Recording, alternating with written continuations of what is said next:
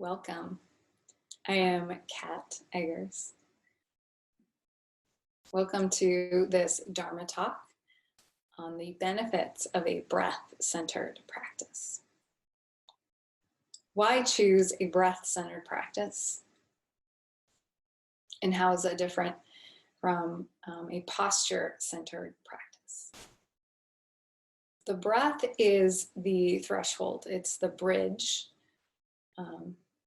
whatever metaphor works for you, between our physical body and our subtle body, which includes our energetic or pranic body, our mind, our wisdom, and with source, which is more subtle even than the subtle body. So when we are focusing on alignment in the physical body, we're focusing on the posture and on doing the pose right and looking a certain way. It's all a really great place to start. And that's where, as far as I know in this culture, that's where most people start their posture practice.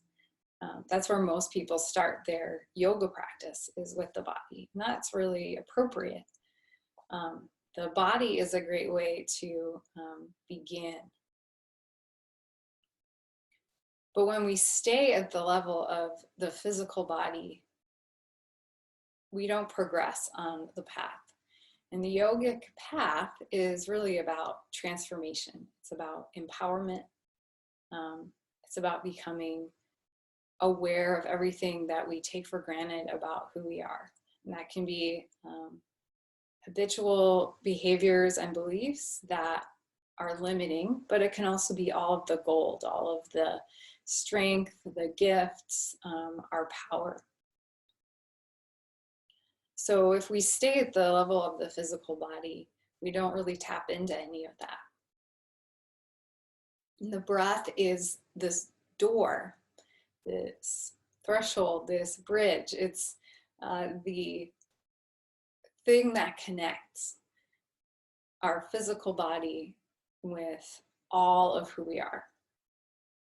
So in our posture practice, when we bring in breath, it does so many different things. For one, the breath is a posture. It's a moving posture. It's always moving. There's an expansion and a contraction. And that expansion can be really small, and the contraction might be really small, but there's still a flow. We can bring intention to the breath and make that movement more pronounced in what's called the three-part breath, Dirga Pranayam. And in that breath, we are drawing the breath all the way down into the belly. There's an expansion through the rib cage up into the heart center.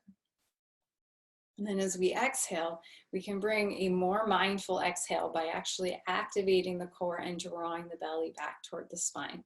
And there's this energetic lift that happens. So we can use the breath to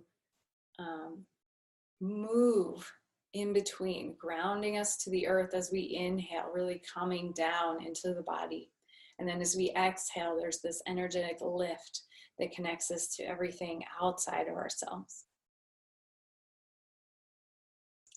The breath is also a great way to incorporate a spinal awareness into our practice. Because if we're breathing in this way where we're connecting to the earth as we inhale, connecting to the top of the head as we exhale, all of that is happening up and down the spine.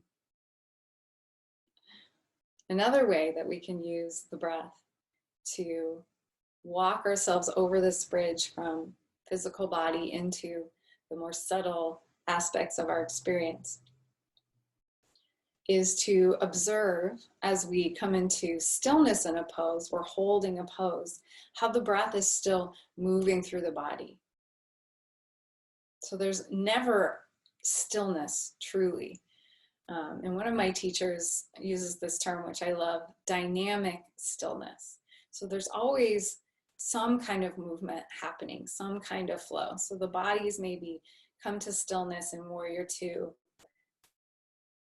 static pose, but the breath is still moving And if we move into the deeper layers of our awareness, we realize the mind is probably still moving.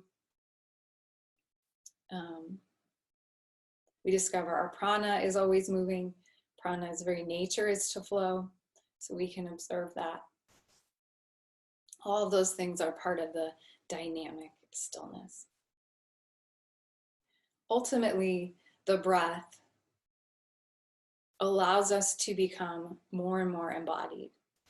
The breath always guides us back to right now, this threshold of the present moment where we are becoming.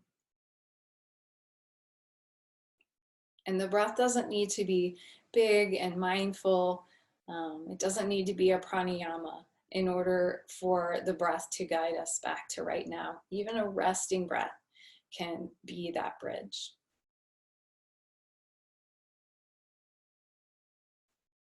So I invite you, not just in your yoga practice on your mat, but off of your mat, maybe throughout the day, check in with your breath and allow the breath to guide you deeper into your body, to connect you to the earth, and then to connect you to the greater world.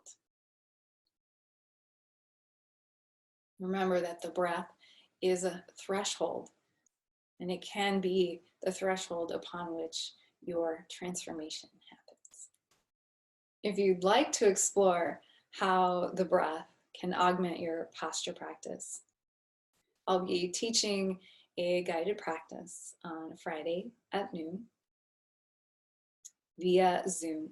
There is a link with details in the description of this video. I hope to see you there.